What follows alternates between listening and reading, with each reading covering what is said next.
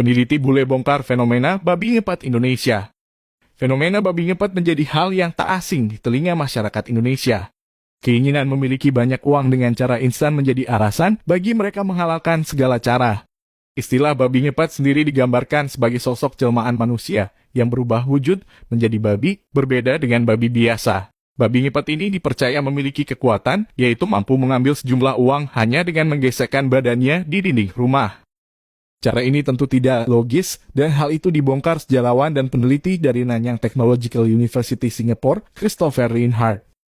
Reinhardt memberikan jawaban logis atas asal-usul kemunculan sosok babi ngepet.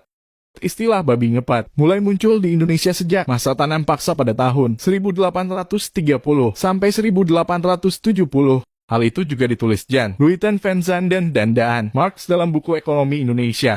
Tertulis sejak pemberlakuan tanam paksa, banyak orang-orang kaya baru bermunculan di kalangan masyarakat Jawa.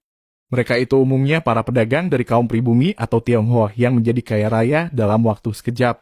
Kondisi ini menimbulkan pertanyaan dan keheranan di tengah masyarakat petani yang hidupnya sederhana. Pada titik inilah imajinasi para petani bermain.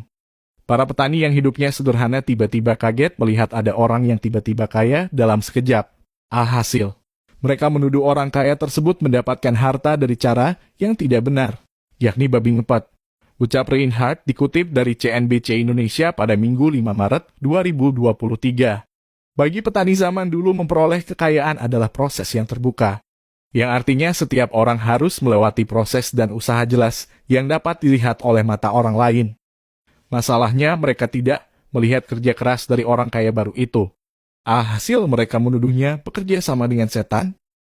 Namun di sisi lain, Reinhardt menyebut ada sisi kelogisan dari imajinasi babi ngepet kepada orang kaya baru. Tuduhan babi ngepet dipakai para petani untuk memberikan kesan buruk kepada sesama petani, bahwa orang-orang kaya itu adalah para kapitalis jahat. Maksudnya orang kaya itu harus dijauhi karena berbahaya bagi kehidupan para petani. Karena sewaktu-waktu orang kaya tersebut mampu membeli sumber daya para petani secara murah, yang jika terjadi petani tersebut akan mengalami kemiskinan dan terjerat dalam utang. Jadi tuduhan dan imajinasi babi ngepet bisa dikatakan sebagai upaya mitigasi petani, agar menjauhi orang kaya agar tidak menjadi kaya dan agar tidak terpengaruh orang kaya supaya tidak terjerumus ke dalam kesesatan, tambah Reinhardt. Karena masyarakat Indonesia selama bertahun-tahun bercorak agraris, maka imajinasi dan tuduhan babi ngepet terus berakar, tertanam, dan diwariskan dari generasi ke generasi hingga sekarang. Bisa ditarik kesimpulan dari penelitian Reinhardt itu, bahwa fenomena babi ngepet muncul ketika para petani zaman dahulu melihat orang mendapat harta kekayaan tanpa tidak diketahui prosesnya. Hal itu membuat para petani cemburu dan menyebarkan berita, bahwa orang kaya itu seperti setan yang bisa memangsa petani dengan cara membeli lahannya dan juga membeli hasil tani dengan murah. Dan manusia berubah menjadi babi untuk mencuri uang tidak bisa dibuktikan secara ilmiah. Menurut kalian bagaimana?